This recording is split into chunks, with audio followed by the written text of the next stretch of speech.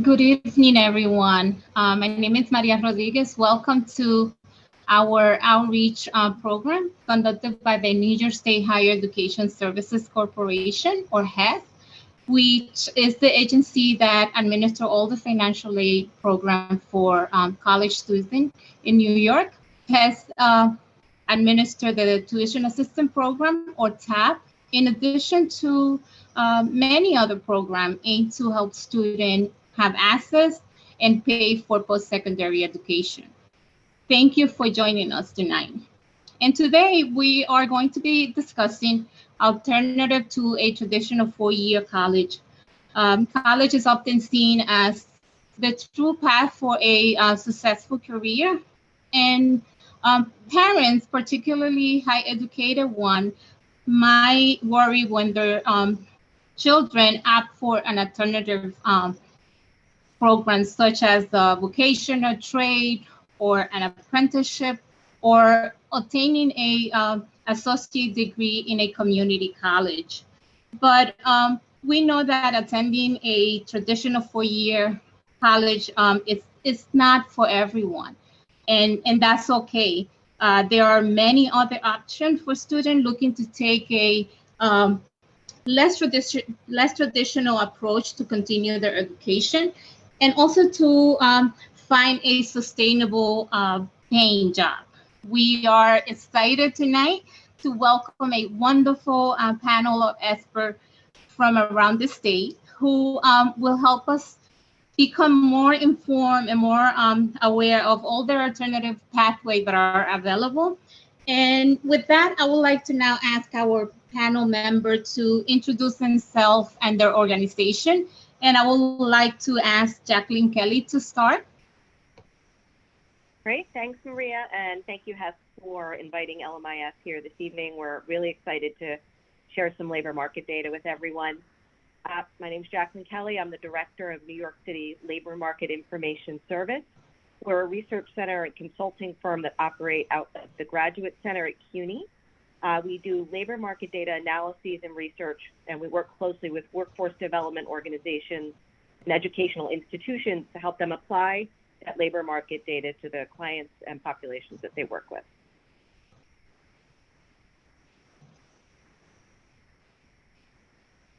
David? Yes, thank you, Maria. Thank you for inviting me. I'm David Bro. I am the Dean of the School of Hotel Culinary Arts and Tourism at SUNY Schenectady.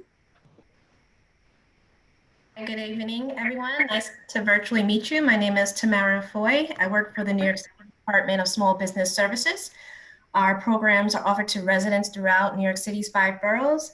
The New York City Department of Small Business Services helps to unlock economic potential and create economic security for all New Yorkers by connecting New Yorkers to good jobs, creating stronger businesses, and building thriving neighborhoods across the 5 boroughs.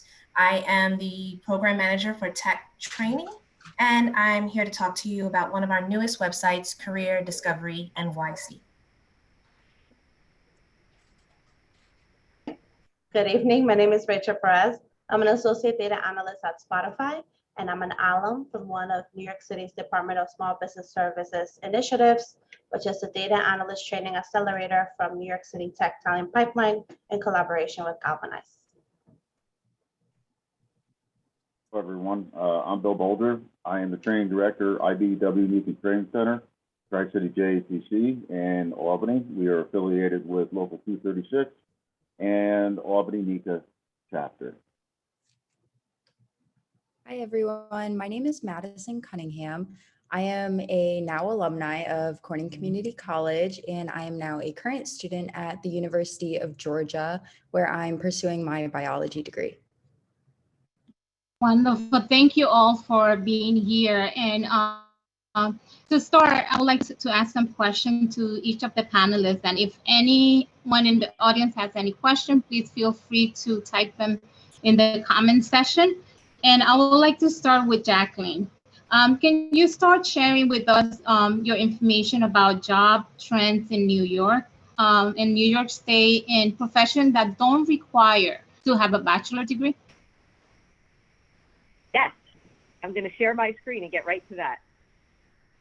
Wonderful. Okay. Okay. Okay, so what I'm going to talk about, the particular part of the labor market that I'm going to discuss this evening very quickly, is employer demand. So what that really looks like is who and what are employers hiring for right now. Okay, so there's a lot of different ways to look at the labor market. There's the number of jobs in a given profession, what's expected to grow or to contract. But today we're going to focus on who's getting hired right now. As we go through this, one of the things you're going to notice is that the effects of COVID affect everything. And so there will be some moments where I'll point out to you that things may not stay the way they are, or something that's likely the effect of COVID's growth and then the vaccine coming. And one more thing is, as Maria talked about, there's a particular focus this evening, is that most of what I present to you is going to focus on demand for professionals with 0 to 2 years of experience, so entry level, and who join the workforce either directly after high school or after getting an associate's degree. Okay, so to start, I'll just say a little bit about the number of online job postings that we've seen so far in 2021. So looking at January through June, we've got about 80,000 looking for folks with 0 to 2 years experience and the high school vocational or associate's degree. You can see that compared to 2020.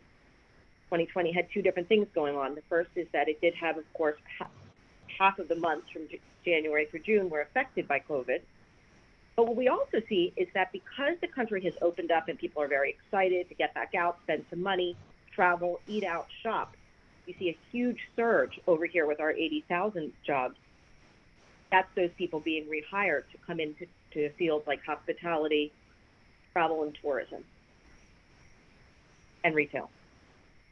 And then if we look at 2019, that same interval, you can see it was a little higher than 2020 because the pandemic gets some of those months in 2020, suppressing hiring. And if we look at not only folks with high school vocational or associate's degrees, but all professionals who are being hired, you see the same kind of trend if we look at New York State for those 3 years, for those 6-month intervals. Huge growth right now in 2021. As money gets back into the economy, there's a lot of growth going on right now, a lot of hiring. So you see that big jump. You see the compression happening in 2020 when COVID happened, and then a little bit higher in 2019. That's just to give you a little bit of context about what hiring looks at right now in New York State. Okay, so now let's focus on a little bit more, what are the hot jobs? Where is this hiring happening right now for folks who are new to the labor market, 0 to 2 years experience, and joining it with either that high school vocational or associate's credential? Okay, so what we see is a lot of healthcare opportunity, no surprise there. At least for New York City, healthcare is the largest industry we have. And for obvious reasons, it's been in demand because a lot of healthcare need has been going on. So you see registered nurses, and then you also see a lot of, like I said at the beginning, a lot of growth right now happening because people have money, they're eager to get back out, they're eager to buy stuff, eager to engage back in the world that they had to sort of stay back from for the past year and a half. So we also see a lot of things like retail, customer service, secretaries, janitors and cleaners, so people really getting back out into the world, and that spurs this type of hiring. And you'll see there's also quite a bit of hiring. So I included jobs where there was at least 1,000 job postings in New York State. Okay. Now, as a complement to what jobs are being hired for the most, let's take a look at the employers who are doing the most hiring in New York State for the particular group we talked about, new to the labor market and with this particular educational profile. So what we see, not surprisingly, we've got some healthcare, then we've also got retail, Lowe's companies, Dollar General, and then we've got financial company, JP Morgan Chase, and some social services. So there's a lot of nice variety here, and I think that's one of the things that we always look for is we want to see variability. That's how we know there's a healthy economy, that all the hiring isn't going on in a single industry. Here what you see is for folks with this educational profile, a lot of opportunity across different kinds of employers.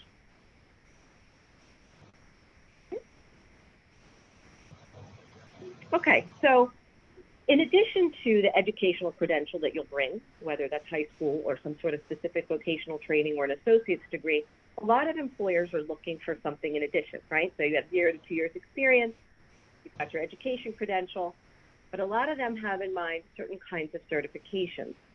In New York State, and even New York City, where I think very few people have cars, driver's license is always very in demand. So if you're thinking about doing one thing that across fields is going to be attractive to employers, driver's license is almost always comes in at the top of the list.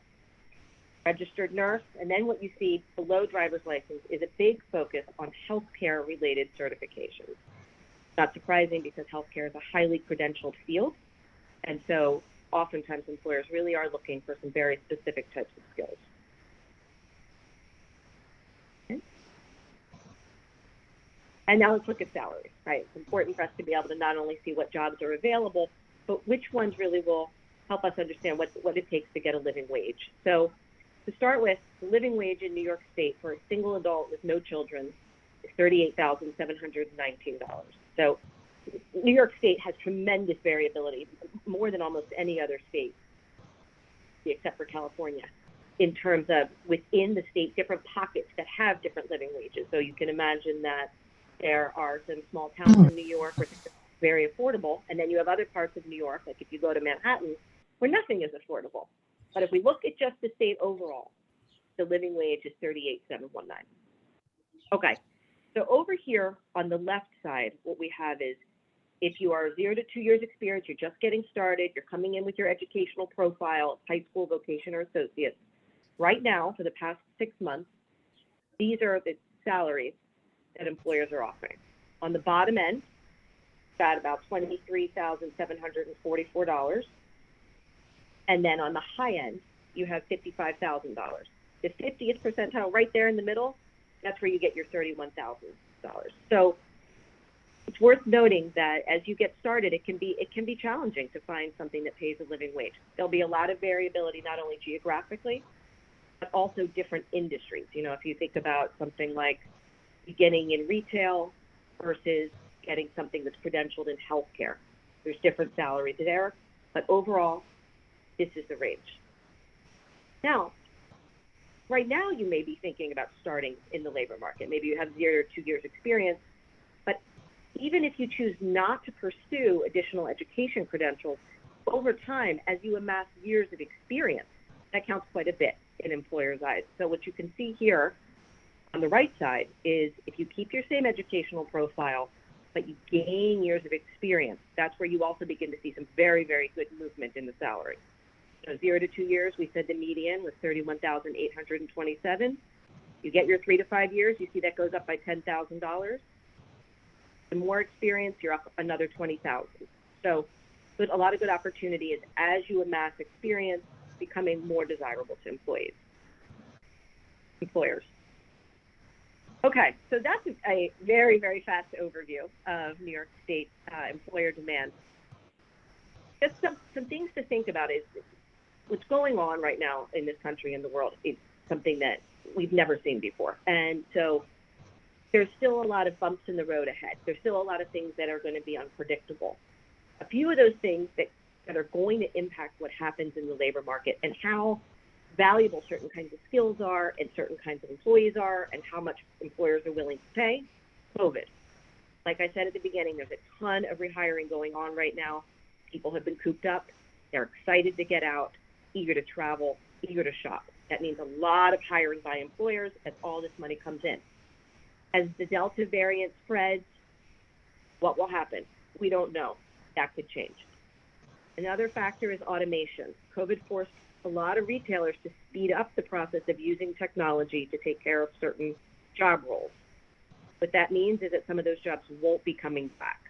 So some of those entry-level things like cashier, for example, and a lot of drugstores, grocery stores, those will never be people again. They've adapted the technology, and that's what will happen. Finally, another thing to keep an eye on is government investments. We've got unemployment support going on. We've got infrastructure investments. There's environmental legislation pushing out right now from New York State and nationally. And we also have things like the child tax credit. So You have a lot of different things that consumers are thinking about how much money do I have to spend? Employers, how much money do I have to do hiring? And all of these things are still getting figured out. So as we think about what's going to happen in the next year, those are some variables to really keep in mind. Okay, that was my very swift overview. Happy to take some questions if there are any. Also, there's my email address. If you have questions later that you want to follow up, always happy to hear from folks. Thank you, Jacqueline. And I think we're going to leave a question for the end.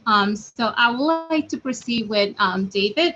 Can you tell us some of the programs that you oversee at Schenectady Community College and that lead directly into jobs? Sure. So let me, whoops. So can everybody see my screen? Yes. Pretty much our web page that we're doing. Just to know, it's an overview of what we do. Pretty much, one thing I want to do state is that on the side of good news is that this is the National Restaurant Association Restaurant Performance Index, and the index has had a little, over time, it's had its little troubles lately, obviously because of the pandemic, but this rise in the index with things opening up a little bit, even though we do have the threat of the Delta variants, this is a good snapshot up and above what Jacqueline's already said about, with her numbers and showing her slides about what the various industries are doing. But this is very good news for the hospitality industry, the restaurant industry, as Jacqueline spoke about tourism.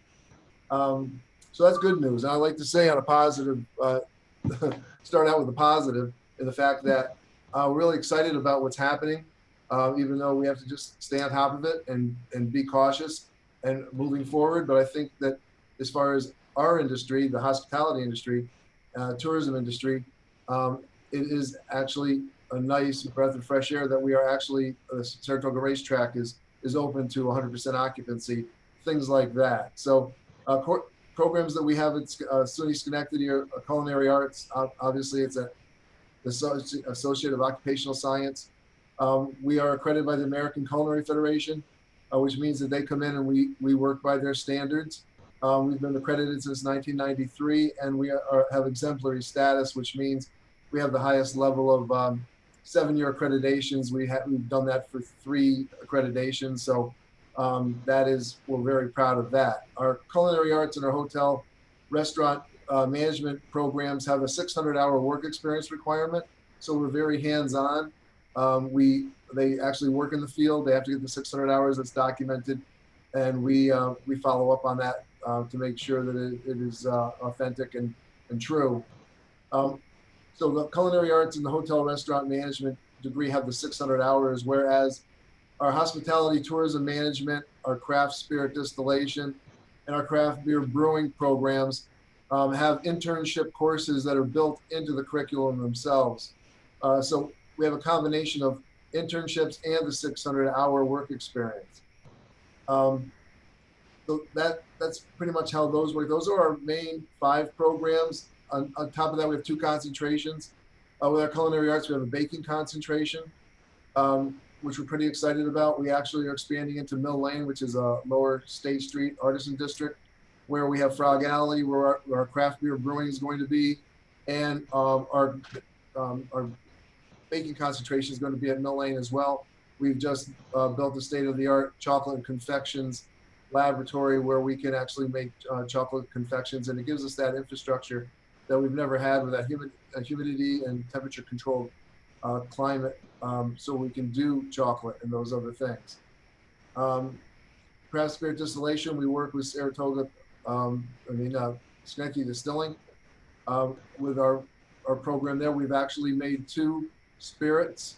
One's actually going to be coming out Thursday, and we're having a celebration at Schenectady Distilling for that and our craft spirit distillation program. As far as our certificates go, we have the assistant chef program. We also have craft beer brewing, craft spirit distillation. We have certificates in those areas, as well as hospitality tourism. And then we also have mobile food service certificate, which we have a food truck that we have our courses in. That's a mobile food service classroom is what we call it. And we actually teach that end of the business as well. As far as, other programs, I mean, we have, like right here on the toolbar, we have a lot of them, but I'll just highlight some things. As far as our internships go, we have Disney. We've done Disney since 1984. We've been involved in the Disney program. So we have obviously Bowl Market 32, but we've done Levy restaurants at the Kentucky Derby. Levy is a form of Compass Group. So our students go to the Kentucky Derby every year. They've been doing that probably since 1980. We have a relationship with Compass Group and Levy restaurants. Walt Disney World, we're one of 30 schools where the culinary program comes nationally and recruits on our campus as far as our internships. And we also, which is more of an employment opportunity than a internship, is with Aramark and the national parks. We have a relationship with them where our students go out to Alaska, they go out to Lake Powell, they go there. So we try to be as hands-on as possible. Also, we have the study abroad program, which we do in Italy with Marco Polo.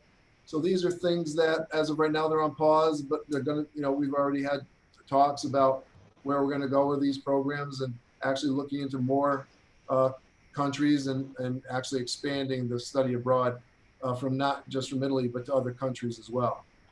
I won't get into this a lot just because I only have five minutes or so, but we have an a la carte restaurant, the Casola Dining Room. We've had that since 1993 when we first got accredited. We've had the Casola Dining Room. It's a la carte. We have the Van Curler Room, which we do banquets, special events. These are all student run. The Boucherie is our butcher shop. The Pane Dolce is our bake shop. We have a brick oven that's on campus that we actually use that to, the first day we'll fire it up at 800 degrees, we'll make pizza. The next day it'll be 400 degrees, we'll bake bread. The next day it'll be about 200 degrees and we'll do savory things. We can roast turkeys and briskets and things like that in our oven outside.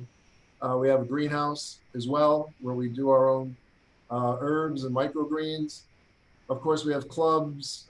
We have recipe of the week. Our alumni profiles, we have a lot of our alumni in there as well. And then we have a partnership with SUNY Delhi for getting our bachelor's degree here on campus as well. The students don't have to go to Delhi. Delhi is actually on our campus. And probably one of the things we're most proud of is this year, we couldn't do our banquets because of COVID. So what we did was we got together with Feed Albany, and this semester we made 3,158 meals for Feed Albany, and we actually the police department came, picked them up, and then we distributed that.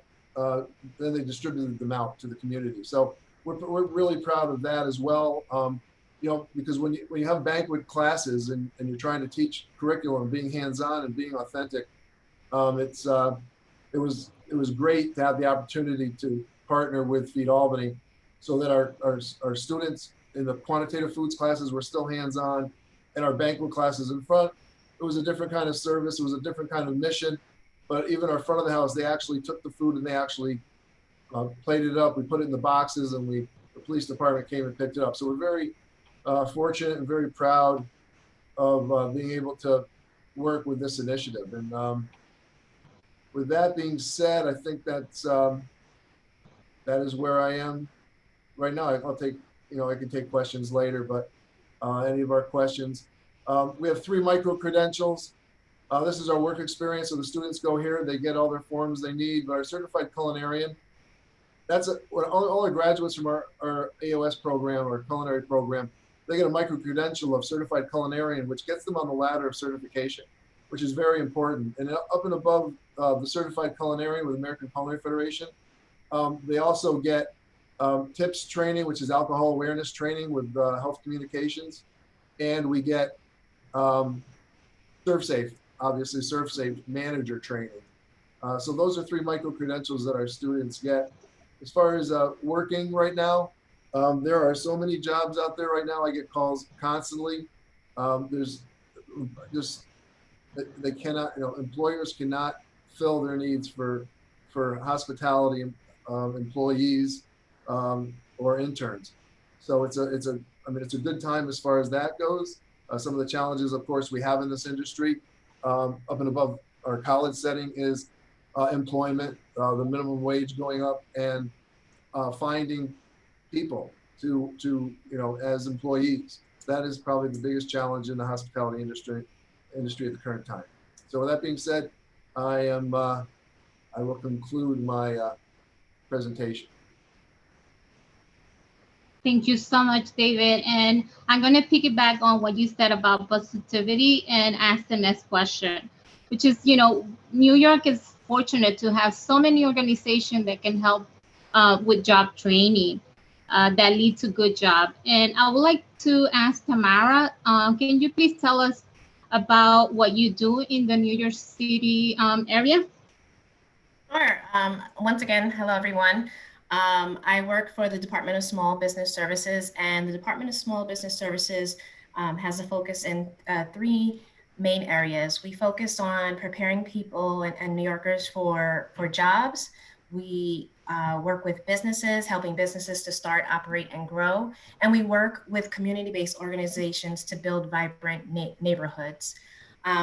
We have a virtual Workforce One Career Center system that would encourage everyone to take a look at.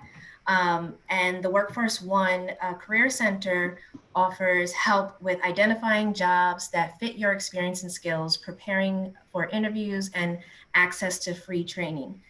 All of our programs are no-cost programs. One program, one website in particular that I'd like to highlight, and I'm going to share my screen, is Career Discovery NYC. The website is nyc.gov/career discovery. And let me just share my screen really quickly. I would like to just walk you through it really quickly. Okay, so Career Discovery NYC is a website where New Yorkers can come and explore, discover, prepare, and train for jobs of their interest. We have jobs that fall within 4 sectors. Our sectors are healthcare careers, industrial and construction careers, media and entertainment careers, and tech careers. So I'm the program manager of tech training. I'll walk you through the tech training careers that are highlighted on Career Discovery NYC. So we have it in 4 different steps. We want you to start by exploring the career. We know that you may come to the site and you're like, well, I don't really know which way I want to go. So we'd recommend that you start at step 1, which is the explore stage. And here you'll be able to go in and see exactly what does it take to be a web developer. What is the type of person that would be good at this job? And we go into that you would be creative, you're interested in learning code. We talk about what you'll do and how much will I get paid. Web developers usually start around $70,000 per year, and they can go into 6-figure jobs. And what are the growth projections in this career? We also have an opportunity for you to meet a web developer, virtually, of course. And so there's an interview with someone that has been through one of our programs. She's currently working as a web developer now. So it gives you a little bit of an understanding of what a web developer does and if this is the right career for you. So then you say, okay, you know what? I like what I see here. What's next? The next step is where you will take, let's go back to web development again, is the discover stage. So this is where we are going to give you a quick introductory course. So we know we don't want you to spend months on this. It's courses that you can do anywhere from within 1 hour to maybe a week and allow you to test the waters a little bit. And then from there, you'll go into the prepare stage. In the prepare stage, I'm going to go to data analyst for this one. In the prepare stage, you'll have an opportunity to explore more courses. You already have somewhat of a foundation, but this goes a little deeper. And then the final stage is the train stage. And that's where you'll have an opportunity to apply for one of our occupational trainings. So for example, in the web development training field, we just opened applications for our Future Code program, which is a fairly new web development fellowship. It's a 28-week training program that includes stipends while you are training, and connections, help with connections to jobs. Our goal is that any job connection has to be at least 65,000 starting. We've had people who have left the web development program making over $100,000. So we've had people who have started as an intern somewhere in a totally different field and left making six figures. So it is a really great opportunity.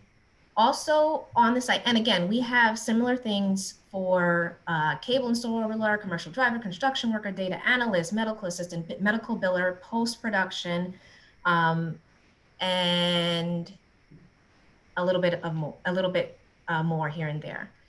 We also have a resources tab on the site. So if you need help figuring out how you can get free Wi-Fi or low-cost Wi-Fi, there's information there. There's links to our Virtual Workforce One Career Center. There's also tips for online learning. Access NYC, this is a site that will have additional resources. And then information about the COVID-19 pandemic, where you can get vaccines, so on and so forth. And then lastly, we have our everyday online skills tab. And this is where you can go if you want to learn Microsoft Word, or you want to learn Excel, or you want to learn Photoshop. You want to, there's so many opportunities on our everyday online skills page, where you can just be linked to, you just need a little something in one area, and you can apply just by filling out this quick survey with some basic information. So that's pretty much Career Discovery NYC in a nutshell.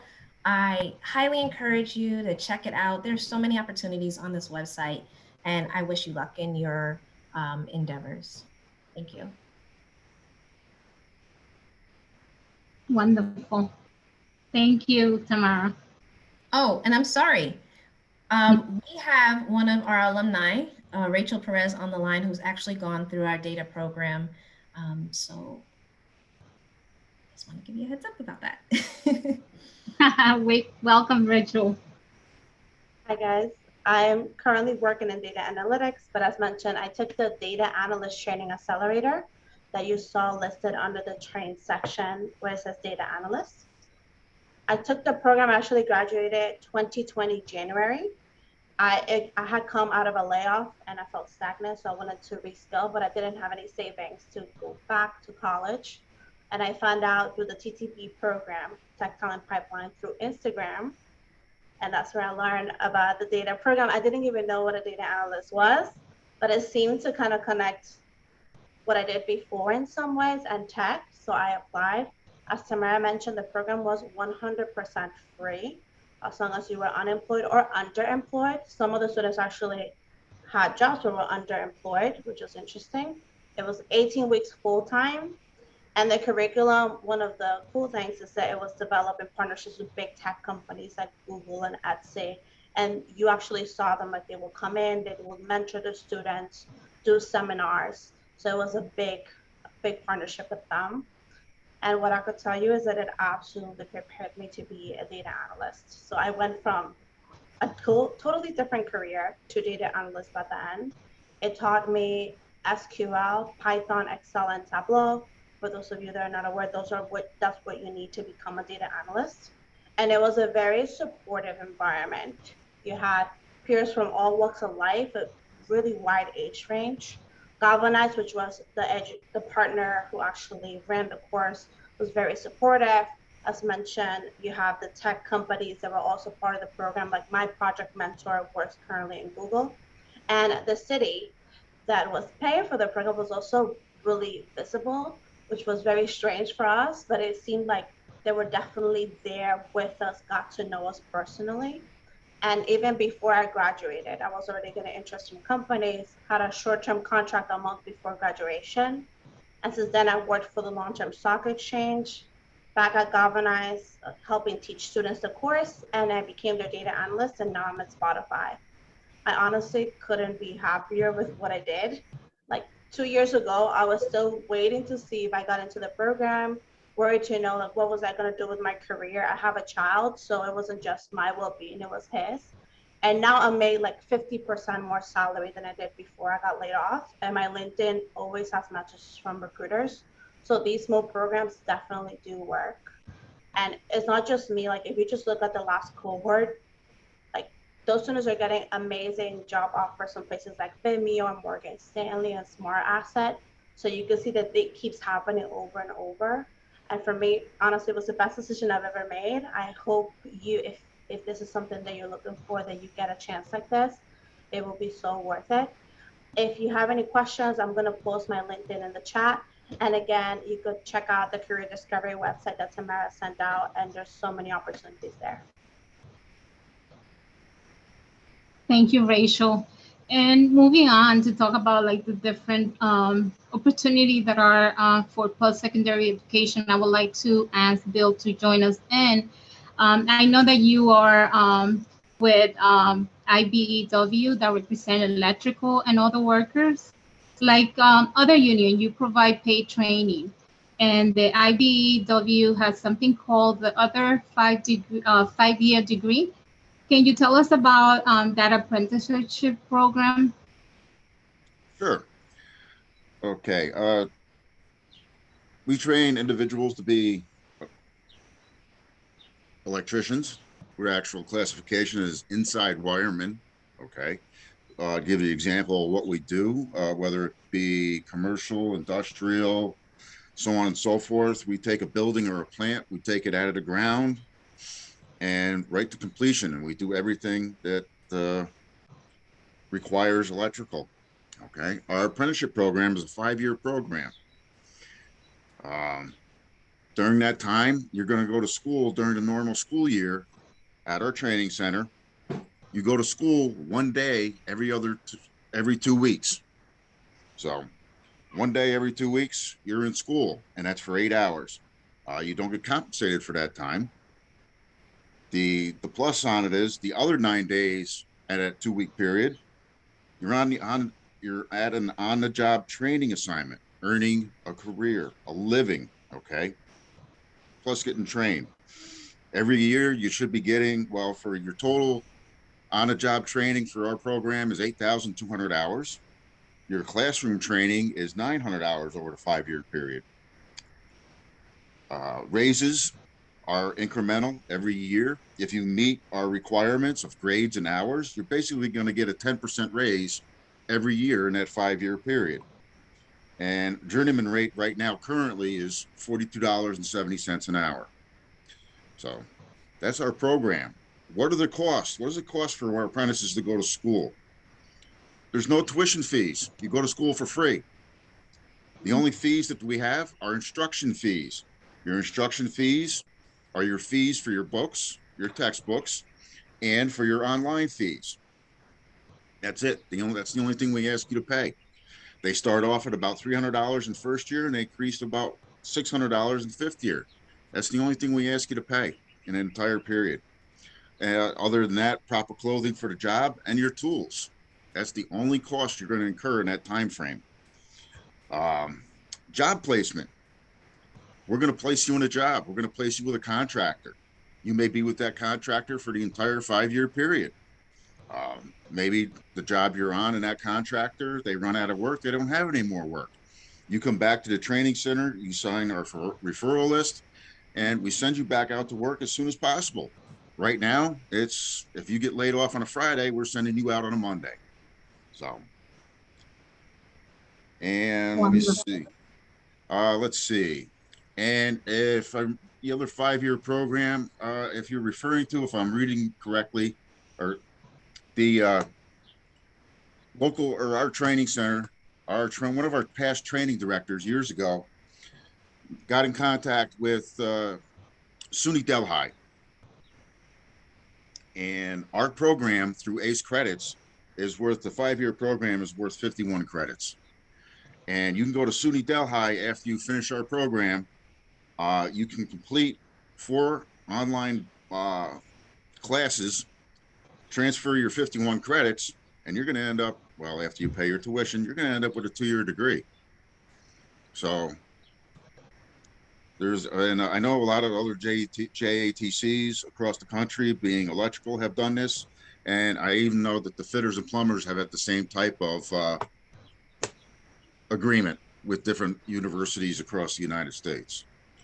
So you can do this for 5 years, put a little bit more time in, and end up with a good career, a good trade.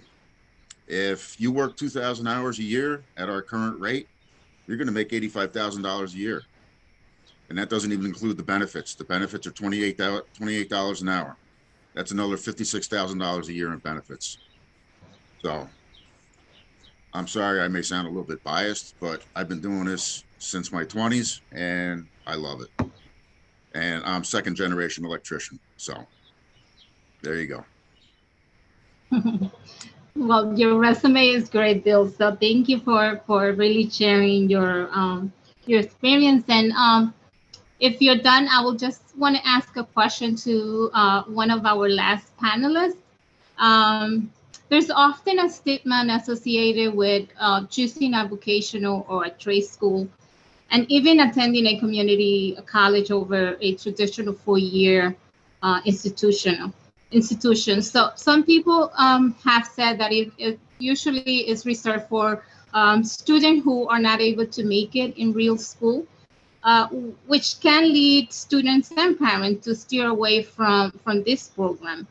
And I would like to ask Madison, can you tell us a little bit about your experience and what would you say about this? Yes, thank you. I would love to. So when I first graduated high school, I actually graduated a year early.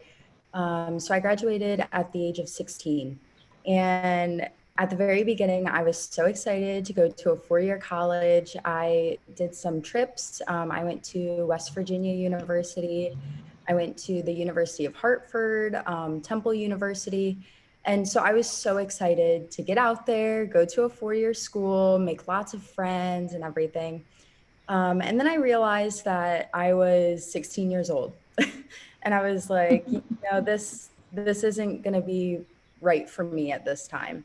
And I kind of also fed into the stigma of community college at first. I did not want to go to a community college. My mom tried every day to kind of sell me on all the great points. But I was like, no, I'm better than that. I don't need to do that. But it ended up being the best thing that I could have done for myself for many different reasons. So community college ended up being so much cheaper, obviously. So I left Corning Community College with 0 debt. I was able to pay my own tuition while I was there because I was also able to work. So again, with that, I also had a well-established job. I worked at Target. So I had started working there in high school. And so I was able to carry that over into my college career and continue working there and end up saving up to be able to pay off my debt before I even left the college. So now I'm living in Georgia. I'm living in my own house. I will have to take out loans next year for a 4-year college, but going into a 4-year college with only 2 years left and an associate's degree under my belt is amazing with no debt. So I had originally planned to transfer from Corning Community College after just a semester. I figured I'll get a 4.0 my first semester and then I'll transfer out and move on. But after my first semester, I realized how much I really enjoyed having smaller classes where I could make personal connections with the professors and a lot of students who were kind of in the same boat as me, where they felt like they wanted to go on to a bigger college and they felt like a community college wasn't where they wanted to be. But we all were able to realize all of the great attributes of the community college. So that was a great thing too. And then I also had like endless opportunities there. So I worked as the general biology lab assistant, and at a 4-year school, you're not going to be able to do that as a sophomore student. You know, that's reserved for sometimes junior students, maybe even senior students. So that was a great opportunity. And I was also able to work as the student trustee for student government. And through that, I had meetings with the chancellor. I've had a ton of meetings with the president of the college. So lots of opportunities there to network, which is another great thing about community college, networking. We talked a little bit about LinkedIn. I know Rachel was mentioning it. LinkedIn is one of the biggest platforms that students should be on right now. So I was able to kind of make a seminar for how to go about making your profile on LinkedIn. So that was a really, cool opportunity for me as well. And then through my relations with all of my professors and administration at the college, I was given the SUNY Chancellor's Award for Student Excellence. And so through that, so usually you would go to Albany and have like a big ceremony. Unfortunately, we couldn't do that, but we had an online ceremony. And then I was also the speaker at my commencement. So there are just so many opportunities that I would not have ever come across if I had skipped community college.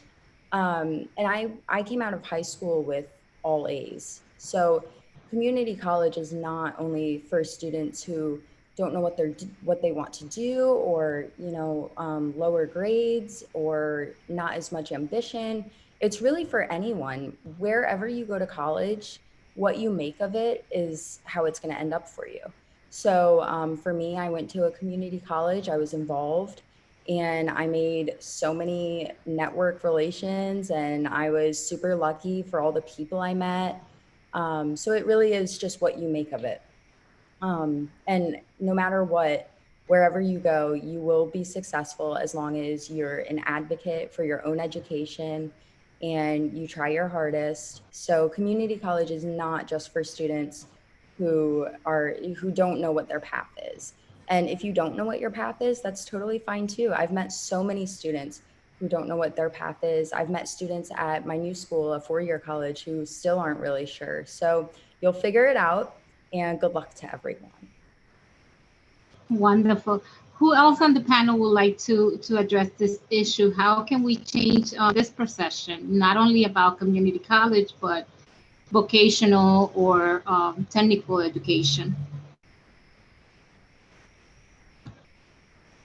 I would like to add that I forgot to mention this. So when you are transferring from a community college, your rates of acceptance are much higher at most schools. So at my school in particular, UGA, the acceptance rate is 43%, and then the transfer rate is 75%.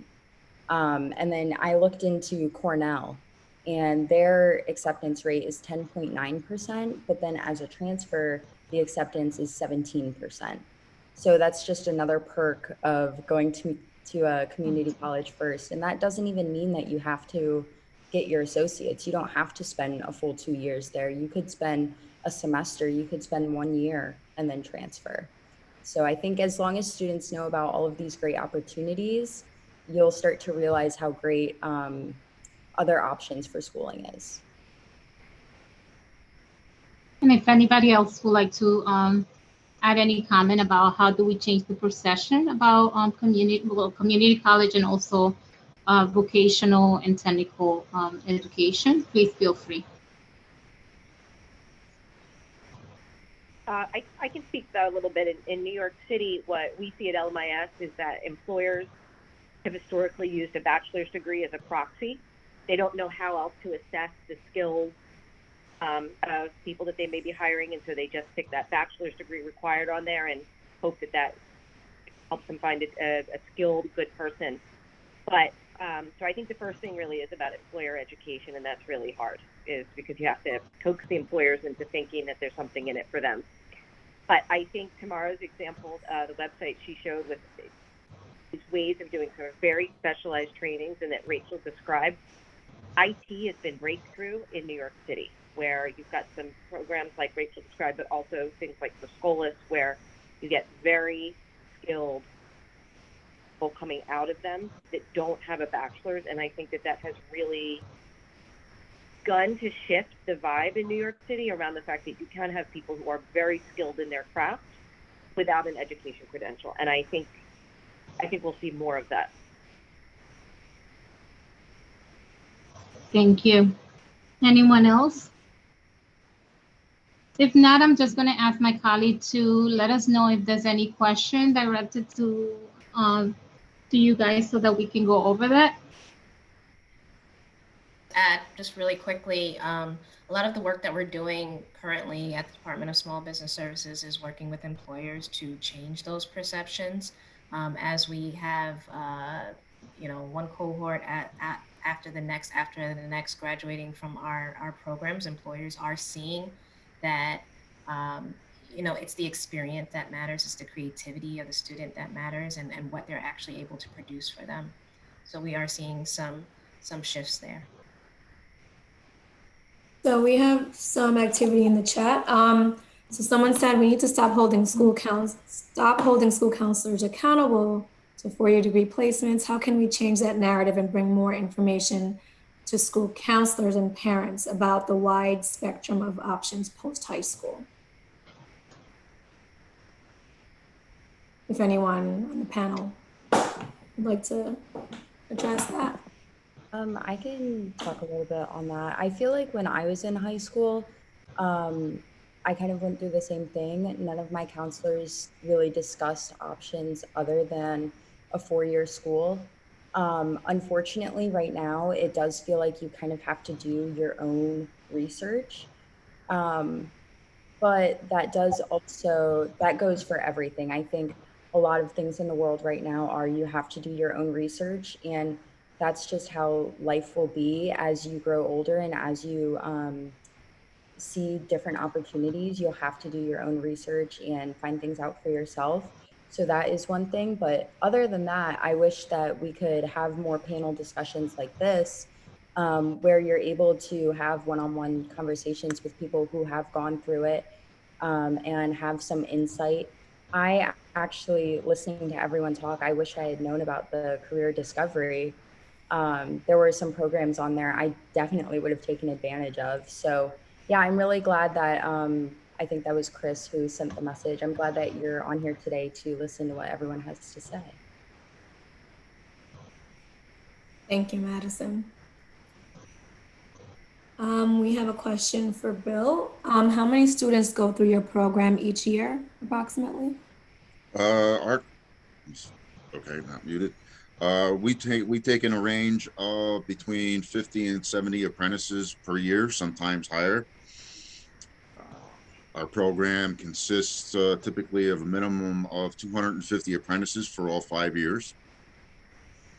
So we typically end up with, I want to say 700 applicants that apply, and then they go and they take the aptitude test.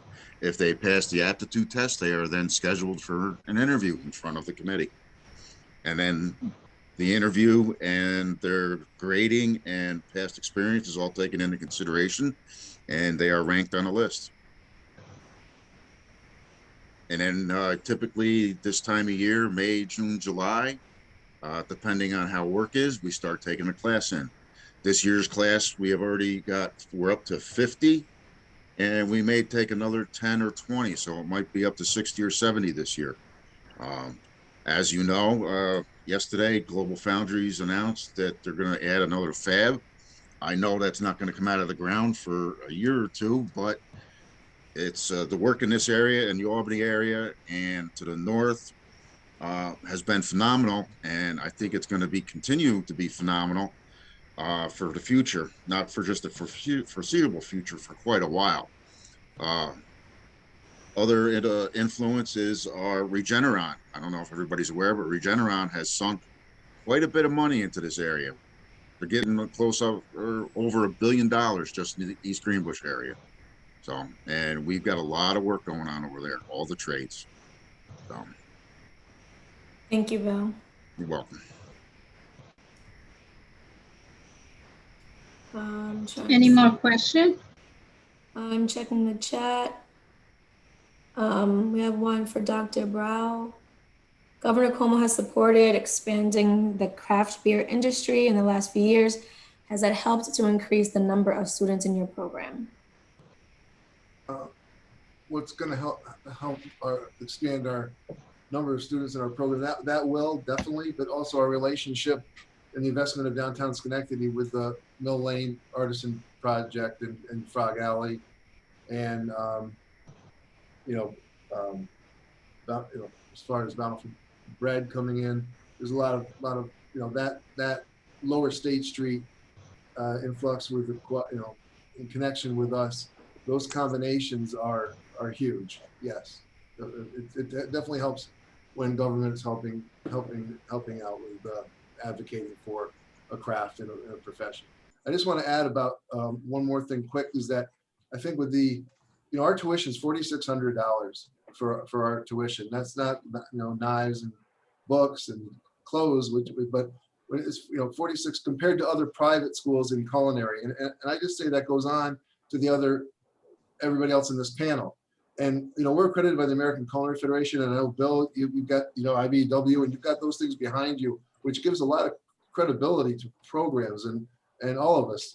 When we were speaking, having those credibilities behind us and having those accrediting bodies that I have, and having those unions and those kinds of things, you're not just a community college. You are a community college that's accredited by a organization, or that's backed by a national or international organization. That's huge, because when I went to community college, it was just a community college. It wasn't necessarily taking that other step and having it accredited and then having that. So when I went out of state or I went to employment somewhere, I actually could say that I was graduated from an accredited program or in this area.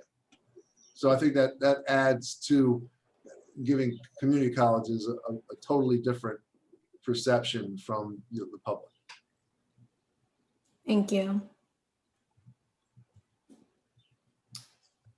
So I don't see any more questions.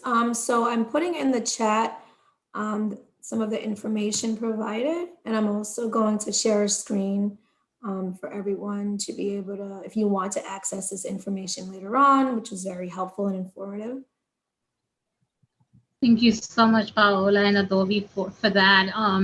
I really want to thank all of you for joining us today and providing such a great information about different pathway, and also providing resources about pathways that are not the traditional pathway for student after high school. I thank you, and if anybody else has anything else to say, I think we are done from my end. Thank you again.